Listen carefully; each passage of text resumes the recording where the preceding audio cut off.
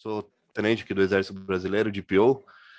Eu sou responsável pela infraestrutura aqui do segundo maior hospital do Exército Brasileiro. Eu sou pós-graduado em Segurança da Informação, segunda pós-graduação em Engenharia de Redes e Telecomunicações, né? Então a gente agrega todo o cenário de rede, telecomunicações além de Segurança da Informação. Estou finalizando meu mestrado em Direção Estratégica em Tecnologia da Informação. Tem alguns certificados pelo DSS e o DSA, que é vinculados, né, ao DoD, ao Departamento de Defesa dos Estados Unidos. Sou certificado, né, de PO, Security Officer, Ethical Hacker e conhecimentos estão em ISO 27000, 27005 também. Sou membro, né, da Digital Law Academy também, a Academia de Direito Digital, que inclusive vou dividir um palco também com o doutor Coriolano e com o Longinus também, o Longinus, um grande amigo meu, especialista Master em Cybersecurity.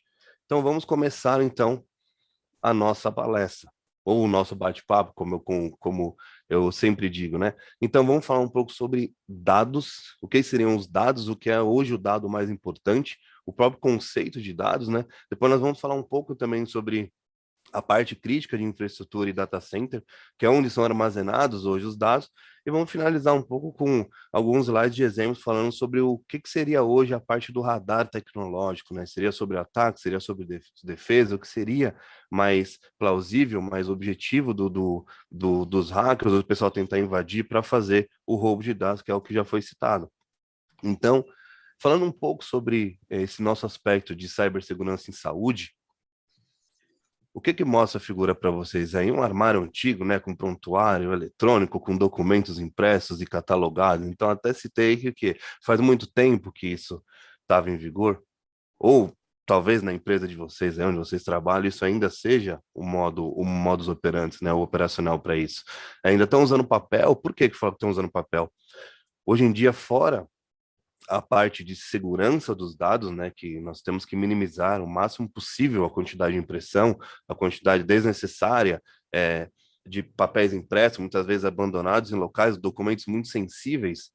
Temos a parte de sustentabilidade também, com o meio ambiente, a natureza, que várias empresas possuem o famoso selo verde, né, de sustentabilidade, que é o que garante que sejam adequadas aí com as impressões. Então, até porque eu falei steel printing, então você ainda está imprimindo essas coisas, porque o foco hoje é tudo digital, tem certificação digital para fazer assinatura, o próprio sistema de prontuários eletrônicos que são implementados nos hospitais já minimiza cerca de 95% dessas impressões, né? Ainda estão transportando esse tipo de informações com humanos, né? Muitas vezes o prontuário é transportado em carrinhos de um setor para o outro. Então, quer dizer, isso é uma coisa que por muitos é considerado passado, mas ainda está aplicado em alguns locais. Então, isso é o que nós temos que mudar esse conceito para quê? Para garantir a própria integridade dos dados, a própria segurança dos dados, porque a gente não sabe o que pode acontecer nesse meio do transporte. E é o que eu cito nesse nosso slide aqui, ó, The World's Changing, o mundo está mudando. E por que o mundo está mudando? Nós vemos, por exemplo, não coisas muito distantes, coisas de 5 anos atrás, as tecnologias já são obsoletas, entendeu? Elas já trocaram, já mudaram, então, quer dizer, o mundo todo está mudando hoje para um conceito totalmente digital. E também, obviamente, pelo conceito digital, é onde nós entramos aí com os cyberataques. É onde entram os cyberataques, onde entram as vulnerabilidades. Então, é isso que eu quero deixar nesse foco, essa mensagem, né? Que realmente o mundo está mudando, por quê? Para nós adaptarmos o nosso conceito tanto de segurança, tanto segurança física quanto segurança digital, para prevenir vulnerabilidades, para prevenir ataques e, o principal, evitar o vazamento de dados necessários. Devido que foi até comentado agora no final da palestra aí do professor, que houve uns dados vazados. E isso vai impactar o quê? Na imagem da empresa, vai impactar negativamente na pessoa com qual esses dados foram vazados. Porque muitas vezes são informações sensíveis, ou muitas vezes que não podem ser divulgadas, informações sigilosas, que são vazadas depois que já caiu no mundo público, caiu no mundo da internet, acabou. A gente não tem mais controle disso, do que pode acontecer. Então, inicio a nossa palestra falando realmente sobre os dados. Então, todo mundo está utilizando os dados hoje em dia. Então, tudo que você faz via o seu celular, né, o seu dispositivo móvel, o seu tablet, a sua Smart TV, usando os computadores, tudo isso gera dado. E o que vocês acham que hoje é mais existe mais valor no mundo? Realmente, será que é uma ação? Será que é um papel? Será que é um relógio de ouro? Uma joia? Ou são os dados que são trafegados aí, muitas vezes de forma indevida pela internet. Nós, assim, ficamos até abismados do seguinte: hoje em dia, uma grande quantidade de dados sensíveis e sigilosos, muitas vezes restritos, são divulgados aí de forma pública, por exemplo, por sistemas de mensagem instantânea, WhatsApp, Telegram, etc., que são divulgados aí. Muitas vezes eu já cheguei a presenciar fotos de prontuários eletrônicos sendo compartilhados via conversa. E isso não pode acontecer. Por isso que mais para frente eu vou até citar também, cito sempre os exemplos aí de política de uso de recursos tecnológicos, políticas de segurança da informação, para evitar que isso tudo aconteça. Então, do lado direito do slide é o Big Data to Big Volume. Então, quer dizer, hoje em dia os dados são tratados e armazenados não mais manualmente, existem mecanismos de aprendizagem de máquina, de machine learning, existem mecanismos de tratamento de dados para você extrair de milhões de dados que foram usados no dia ou no mês, etc., independente do relatório, para ter valor.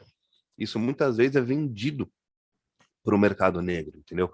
Isso é vendido para o mercado à parte que vai comprar isso, então isso tem valor e o valor é muito alto. Infelizmente, nós sabemos aí o que acontece, que o valor financeiro, o dinheiro não é problema. Então, os dados são vendidos por milhões, por bilhões de dólares, e a pessoa vai pagar, porque o objetivo dela é outro. O objetivo dela é justamente adquirir esse tipo de dados, independente da forma que vai ser utilizada. Então, eu trouxe esse gráfico para mostrar também o seguinte: o que o consumidor, o que o usuário está preocupado com a privacidade de dados. Então, na parte dos 45%, aqui na área da direita, é o seguinte, mostra o que eles estão preocupados com a sua privacidade de dados, mais do que um ano atrás.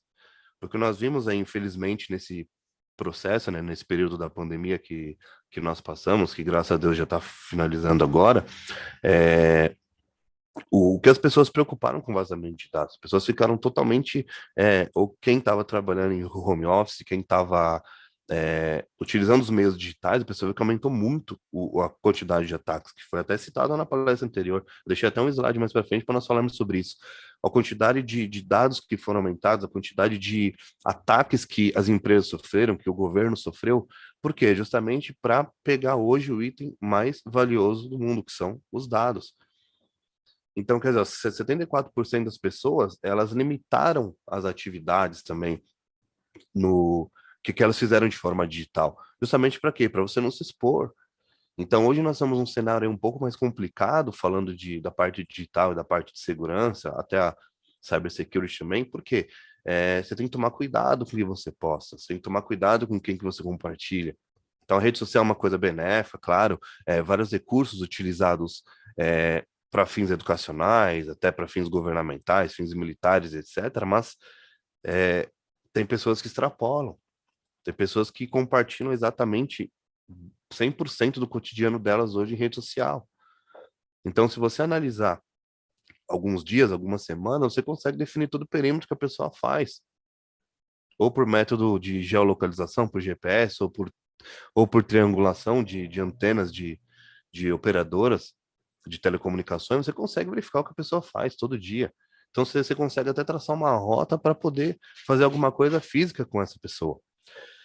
Então, analisando esse cenário de cibersegurança e cibersegurança, principalmente em saúde, para vocês que estão assistindo essa palestra agora, então nós temos aqui os 5 principais tipos de datas, de dados, né, de data que são executados de forma vinculados à saúde. Então, tem ferramentas de inteligência artificial, tem plataformas de cloud computing, né, de computação em nuvem, que são armazenados em dispositivos, as próprias redes blockchains, são as redes descentralizadas hoje, né, que possuem aquela chave de segurança, autenticação, elas são utilizadas para transações, para não só pela parte financeira, mas armazenamento de documentação, até alguns NFTs. Então são tecnologias que estão surgindo que vão ser benéficas para todo mundo, entendeu? As informações de saúde e a parte de machine learning que eu tinha comentado tudo isso está sendo agregado e utilizado nesse mundo aí para fazer o quê? Análise de dados. Então, vocês imaginam que todo o tráfego da internet de um dia só, a quantidade de dados que não são gerados né, em apenas 24 horas. Então, como que nós vamos filtrar essa quantidade de dados para poder extrair um relatório, para poder utilizar, por exemplo, vamos analisar, por exemplo, quantas pessoas hoje acessaram o site por exemplo, do Ministério da Saúde, para pegar lá o seu comprovante da vacinação do Covid.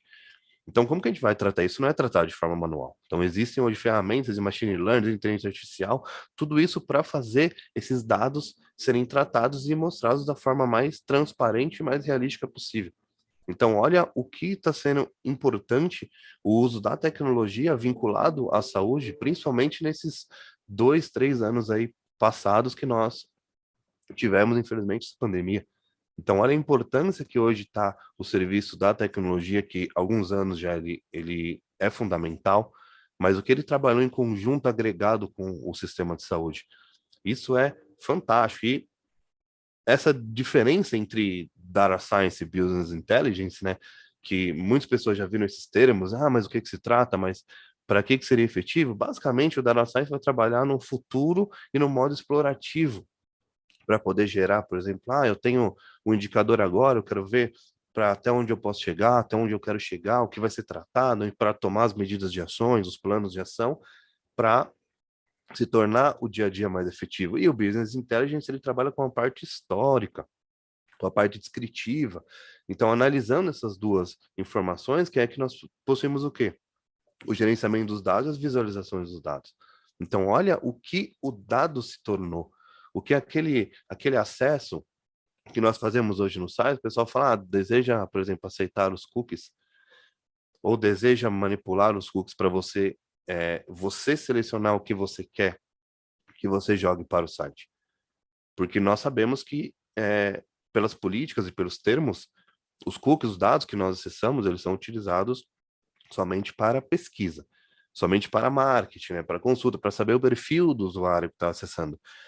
Mas se você puder dar um management nos cookies lá, dar uma configuration lá e você só selecionar o que você quiser, é muito mais fácil. E tomem cuidado com sites que só existem a opção de aceitar os cookies, porque você não está selecionando o que você quer. Meio que você está sendo imposto a autorizar o acesso. Então, tome muito cuidado com isso, porque um site correto, um site dono, ele vai permitir que você autorize os cookies que você quiser divulgar para terceiros. Teremos até outras palestras futuras aí, não vou entrar muito nesse detalhe, falando sobre a nossa LGPD, que é a nossa Lei Geral de Proteção de Dados, que é vinculada basicamente com a GDPR, né, que é a própria Lei Geral de Proteção de Dados Europeia, entendeu? Então, isso vai tratar o que você quer compartilhar, não pode ser imposto, você não pode definir e autorizar o que o site quer, ou você autorizar tudo. Isso não existe. E uma coisa bem focada no nosso assunto agora, bem específica. Olha lá, um simples paciente ele pode produzir mais de 80 megabytes de dados de saúde todo ano. Isso sem falar de exames de imagem, tá? Porque exame de imagem a gente sabe que contém um nível de armazenamento, uma quantidade de armazenamento, né? Um nível de qualidade muito superior, mas só o que é produzido de dados de saúde. Então, registro médico, a parte de clínica, né? Os resultados dos exames, a parte de farmácia, prescrição de medicamentos e tudo que é gerado do paciente, isso apenas um paciente. Agora imagina se você pegar um hospital inteiro, ou pegar uma rede de hospitais, uma rede de clínicas, laboratórios que fazem os exames. Imagina se esse tipo de dado é compartilhado de forma indevida. O que isso gera o transtorno? Ou se tiver um ataque, por exemplo, na sua infraestrutura, no seu data center, o que isso pode acontecer se isso for roubado e divulgado aí, ou vendido, infelizmente, aí pro mercado ilegal, né? Que acontece. A gente sabe que acontece, por isso que nós temos o objetivo de prevenir que isso aconteça. Então, usar todos os recursos tecnológicos possíveis para prevenir que isso aconteça, aí que começa a segunda parte do nosso bate-papo, da nossa palestra. A parte de Critical Infrastructure and Data Center. O que seria isso? Então, coloquei exatamente o viés aí dividindo o que seria hoje uma infraestrutura crítica. O que seria uma crítica à infraestrutura hoje? O que vocês acham que vale mais? Pensem um pouco. O que vocês acham que vale mais? O banco o que está armazenado lá no banco, títulos, ações, joias, papéis, etc., ou os dados são armazenados no data center. Hoje em dia, com todos esses conceitos, né, que nós iniciamos aí a nossa palestra, o que está armazenado hoje no data center tem um valor absurdamente maior do que, às vezes, um relógio que custa cerca de US$ 30.000. Quando você acha que custa um dado sensível de uma autoridade, de uma pessoa importante, que não pode ser vazado? Eu sempre cito nas palestras o seguinte, você tem um dado sensível, um dado restrito, por exemplo, para a parte de saúde aí, um resultado de um exame infecto-contagioso, que muitas vezes nem a família sabe. E esse servidor é invadido por uma vulnerabilidade muitas vezes não tão grave assim. Vocês vão ficar um pouco abismados, que eu vou mostrar um pouco mais para frente. Mas é o seguinte, e se esse dado é vazado?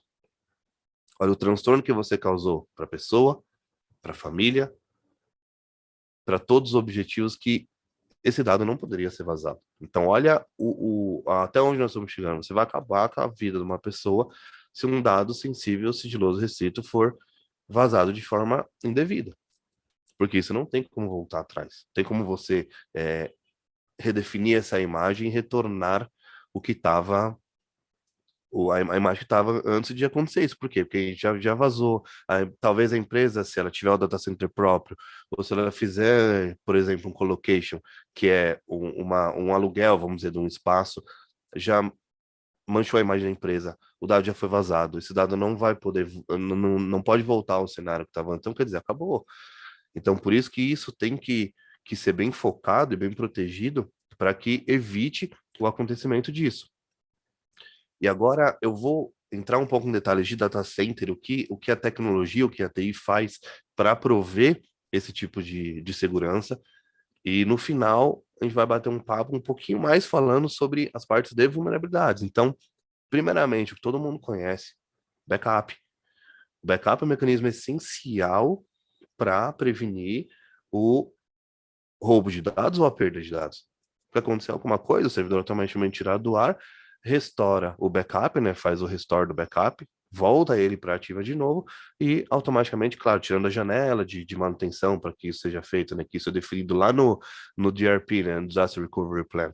Então, tirando o plano de disaster recovery que acontece, voltou os dados ali, a atividade continua normal, com o menor tempo possível de impacto, ou no caso, se for estipulado por contrato isso, o tempo para a janela do funcionamento voltar, para que as atividades voltem ao normal.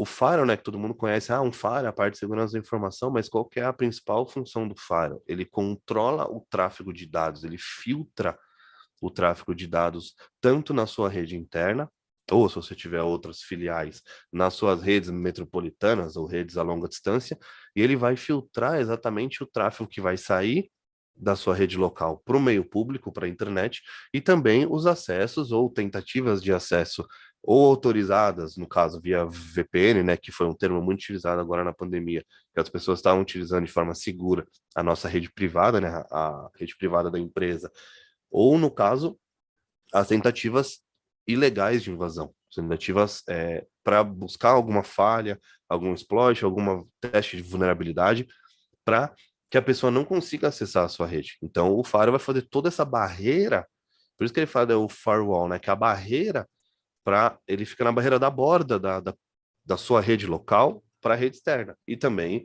evitar, por exemplo, os ataques de negação de serviço, que são muito utilizados em bancos.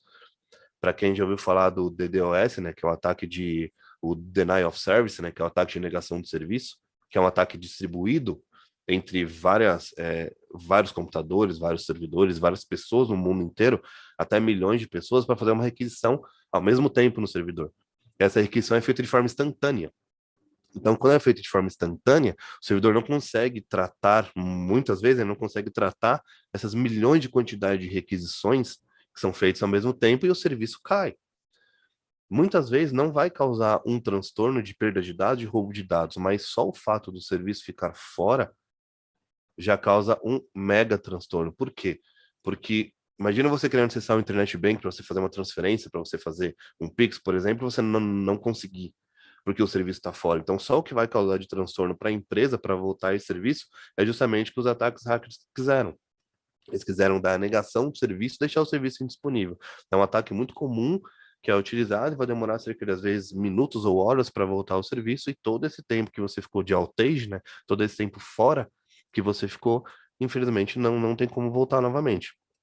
É um termo muito utilizado também a nossa infraestrutura de nuvem, né, a própria Cloud Structure, né, que existem três tipos de nuvem, né, então, o que que a pessoa vai falar? Ah, mas qual que é a nuvem mais segura? Qual a nuvem que eu vou utilizar? Isso depende muito do tipo de serviço que ela vai fazer. Então, por exemplo, você tem os três tipos de nuvem. Você tem a Public Cloud, né, que é a nuvem pública, que é uma nuvem na internet que você pode usar para armazenamento, para troca de dados com os seus customers, seus clientes. Você pode usar a nuvem privada, que é uma nuvem fechada dentro da sua rede, que é uma coisa segura também. Então, você faz um storage, um servidor de armazenamento na sua rede para utilizar essa nuvem privada, ou, um caso recomendável também, é a nuvem híbrida.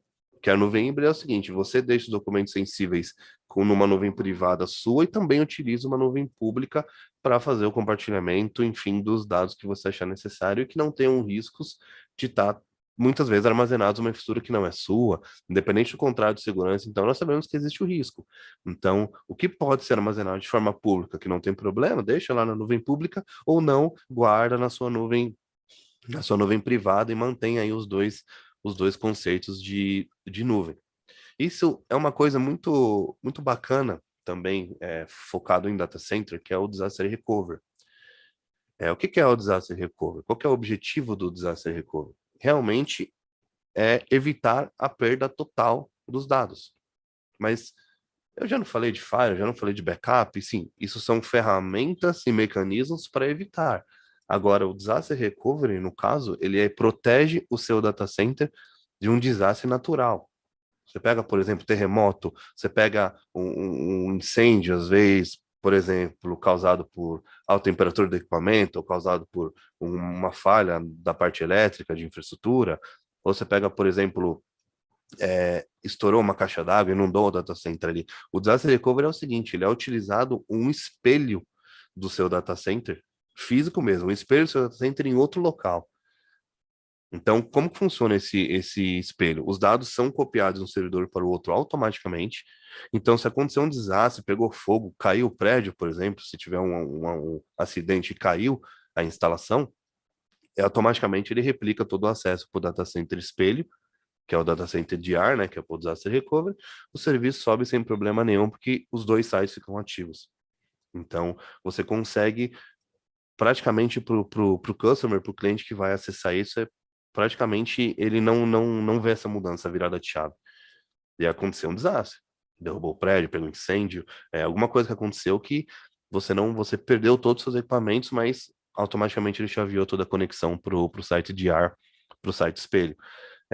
Tem um exemplo muito famoso, né, de um dos maiores acidentes que aconteceu, que foi o acidente de 11 de setembro nos Estados Unidos, que é a queda das Torres Gêmeas. E muitas empresas deixaram o seu servidor principal em uma torre e o backup na segunda torre. Então, nunca que nós íamos imaginar que as duas torres iam cair. Então, caíram as duas torres, infelizmente, né? O maior ataque terrorista de todos os tempos, mas as empresas perderam todos os seus backups, os seus dados. Até hoje é imensurável a quantidade de dados foram perdidos, a quantidade de dinheiro, né, que foi perdido também, de pessoas que infelizmente faleceram, mas como é claro que tudo na vida é um histórico para melhoria. O que que hoje é feito num site, num disaster recovery? O site é armazenado a quilômetros de distância.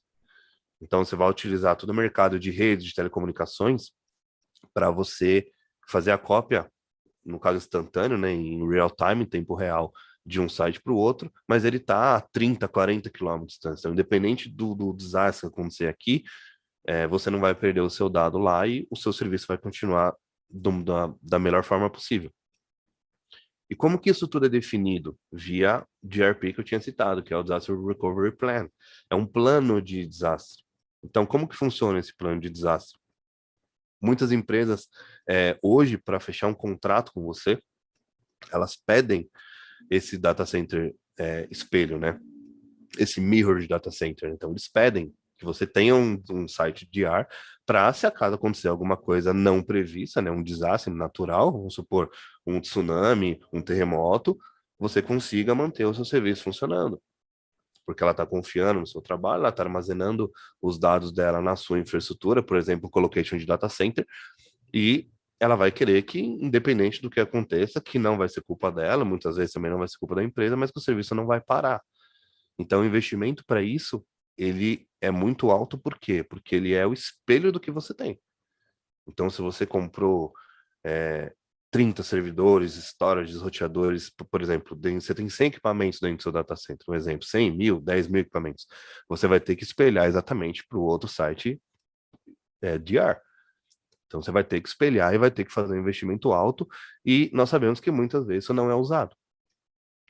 Mas mentalizem o seguinte, é igual queda de avião. Acontece muito pouco, mas quando acontece, a tragédia é enorme. Então nós temos aí cerca de quantas pessoas mortas. Ah, mas acontece, enfim, N vezes por ano. O DR, ele vai acontecer, sei lá, N vezes a cada 10 anos. Mas quando acontecer, o impacto vai ser monstruoso. E se você não tiver o site de ar, você vai ficar totalmente fora. E aí nós sabemos o que acontece. Então, fora todo esse recurso tecnológico, o que nós podemos falar sobre essa parte de infraestrutura crítica? Os procedimentos internos. Por isso que devem existir os documentos com uso correto de equipamentos eletrônicos, uso de computadores, controle de acesso, tanto à internet quanto à rede local, se tiver compartilhamento por pastas, via grupos, via usuários, para tratar esses logs. Para quê? Para evitar a perda dos dados, roubo dos dados e não startar vulnerabilidades que vão comprometer o perfeito funcionamento da sua rede. Então, olha que bacana essa imagem que eu deixei aqui.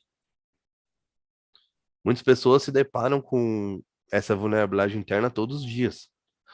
Então, são os pontos principais que devem ser checados nessa vulnerabilidade, o quê? Documentos sensíveis impressos, muitas vezes esquecidos ali na impressora. Por isso que, não, não puxando a sardinha para o meu lado de tecnologia, mas sou totalmente contra documentos impressos. Deixa tudo de forma digital. Porque às vezes a pessoa vai imprimir, surgiu uma reunião emergencial, ela vai ter que sair, e o que que acontece? Ela vai acabar esquecendo esse documento lá. E às vezes é um documento sensível, um documento restrito, que hoje a pessoa pega o celular ali, tirou uma foto, acabou. Já divulgou esse documento, pronto, caiu na rede pública, não tem mais controle. Todo mundo já vai ter acesso a isso. Sessões logadas nos computadores também. Da sua vez, esquecem o computador logado com seu usuário e senha, que é o que vai definir o seu conceito de segurança. Ela deixa o usuário, e muitas vezes o computador aberto, nem faz o bloqueio da tela lá, o famoso, a tecla Windows L lock, né, ou bloquear no computador ali, para pelo menos ficar filtrado ou ficar seguro para o usuário. Você não, só deixa a sessão dela aberta. E aberta ali, ela vai estar já autenticada no servidor com o seu usuário. Então ela já vai ter acesso às pastas, vai ter acesso ao e-mail, que é um método formal que a pessoa pode invadir o computador dela e mandar um e-mail formal da empresa, da organização, governamental, enfim, ou até militar também, para quê? Para poder será uma mensagem oficial. Então, isso pode gerar um transtorno muito além do que nós estamos pensando. É, algumas consultorias que eu já realizei também, nós infelizmente deparamos com aquele famoso post-it colado no monitor ali, ou muitas vezes embaixo do teclado ali, com a senha anotada da pessoa. Então, isso nem preciso comentar, né? A vulnerabilidade que isso não causa, né? Porque você tem o seu todo controle de rede, ainda mais a sua senha anotada no post-it ali, a pessoa vai, vai, vai ter acesso ali ao seu perfil, enfim, tudo que já foi citado para poder, se a pessoa invadir o seu computador ali, ela já tem a porta aberta já. Então você tá basicamente com uma porta corta-fogo, uma porta para salto de cofre, etc., mas não tem cadeado. Então só ele abrir a porta ali e ele entrar. O compartilhamento de contas também de usuários, a gente sabe que muitas vezes pela comodidade a gente deixa a segurança de lado. Isso não pode acontecer. Tá, não, usa meu usuário aqui rapidinho para fazer uma atividade. Não, isso não pode. E também o uso de mídias de armazenamento removíveis, pendrives, HD externo, automaticamente isso tem que ser bloqueado para não utilizar em hipótese alguma, porque você não sabe onde foi utilizado aquele pendrive, aquele HD externo, se ele está corrompido ou não, se ele está infectado ou não, que pode comprometer todo o acesso aí da sua rede. E justamente é para evitar isso que nós falamos aqui sobre políticas de mesa limpa, sobre políticas de vulnerabilidade interna, procedimentos internos, é para evitar isso aqui. São documentos sensíveis, completos, jogados no lixo. E assim, não preciso falar nada. CPF, RG, no caso, a parte internacional também, os documentos físicos, né, mais importantes da pessoa ali, impressos ali, jogados no lixo. Eu até citei aqui o Trash Dumpster Diving, que é uma técnica de inteligência utilizada para quê? Para procurar documentos sensíveis ou documentos pessoais, informações sigilosas nos lixos das empresas. Então, muitas vezes, o lixo é vasculhado atrás disso aqui. E isso é muito complicado, porque aí não vai ter o que fazer. A pessoa, por uma falha conceitual, por uma falha de processos, etc., jogou um documento sensível no lixo, acabou. Não vai ter o que fazer. Aqui é o pior cenário possível, porque passou de todos os procedimentos, de todos os controles para a pessoa não fazer o descarte correto, né? Desse tipo de equipamento, utilizando uma fragmentadora, ou enfim, o método que achar necessário aí, imprimir e acabou deixando o documento ali. Isso pode acontecer com os prontuários eletrônicos também. Então, você acha que a parte de saúde tá fora disso? Que o que tá prontuário ali, o que tá jogado, o que tá desorganizado não vai acontecer? Não pense que ninguém tá de olho nisso, porque tá. O pessoal tá de olho nessas informações também. Caminhando agora para a finalização, né? Tem mais 4 minutos aí da nossa apresentação. O que seria o nosso radar tecnológico hoje, parte de ataque ou defesa, né? Então, olha esse mapa mundial aqui que sobre as informações de ataque, né? Então, o que as empresas que foram alvos, né, de ataques de invasão, de ataques hackers ali. Então, você pode ver, o Brasil, ele já está no mesmo quesito ali da Rússia. Então, ele tem a mesma quantidade de targets de ataque. Então, o Brasil está sendo visto, ele está nos radares de ataques, né? Então, tudo que foi citado agora no nosso rápido bate-papo, tudo que foi citado, tudo que foi proposto aqui de melhoria, falando de processos, falando de uso correto dos mecanismos e tecnologias, é para evitar isso aqui, para evitar que os dados sejam expostos e compartilhados aí de forma indevida. Então, a quantidade de cyberataques, né, de ataques sofridos nos últimos anos, ela vem aumentando.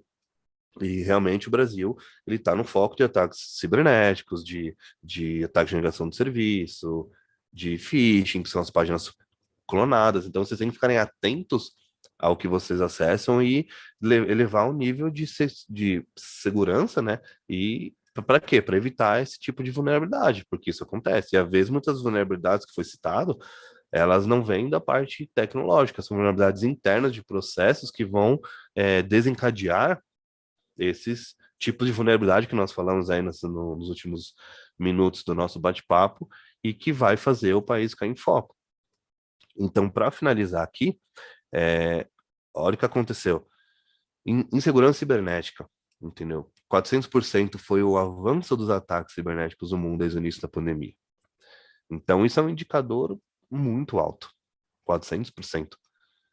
Então, por exemplo, se você tinha 1.000 ataques, você multiplicou por 400%. Se você tiver 100 mil ataques filtrados, você vai multiplicar. Então, isso é um valor muito alto. Tem os ataques, ó, vindo 238% relacionado ao setor financeiro brasileiro. De fevereiro a abril. São 3 meses. Um aumento de mais que o dobro dos ataques. E não é só o setor financeiro, a gente sabe que é o setor da saúde hoje também. E dos golpes hackers das empresas do começo da quarentena, mais de 50%. Então, finalizando agora nos minutos finais, o que eu queria deixar para esse nosso bate-papo, falando de cibersegurança e saúde, e todos esses conceitos que foram citados aqui, é isso: evitar que pequenas vulnerabilidades que são feitas no dia a dia, talvez de uma forma comum, vai gerar um impacto aí catastrófico, e muitas vezes nós não podemos voltar atrás. E já prejudicou a imagem da empresa, já jogou na mídia, já foi divulgado, dados foram roubados e, principalmente, muitas vezes o dado chegou na mão de quem não devia chegar de forma ilegal, de forma do compartilhamento, e chegou e o objetivo foi alcançado, muitas vezes por uma vulnerabilidade, até o exemplo citado ali da senha anotada no post-it. Então, muitas vezes, a tua infraestrutura tecnológica está montada, mas o método conceitual E o método, eu vou usar rápido aqui, não vou fazer os procedimentos definidos, pode desencadear nisso aí. Então, para finalizar, agradeço novamente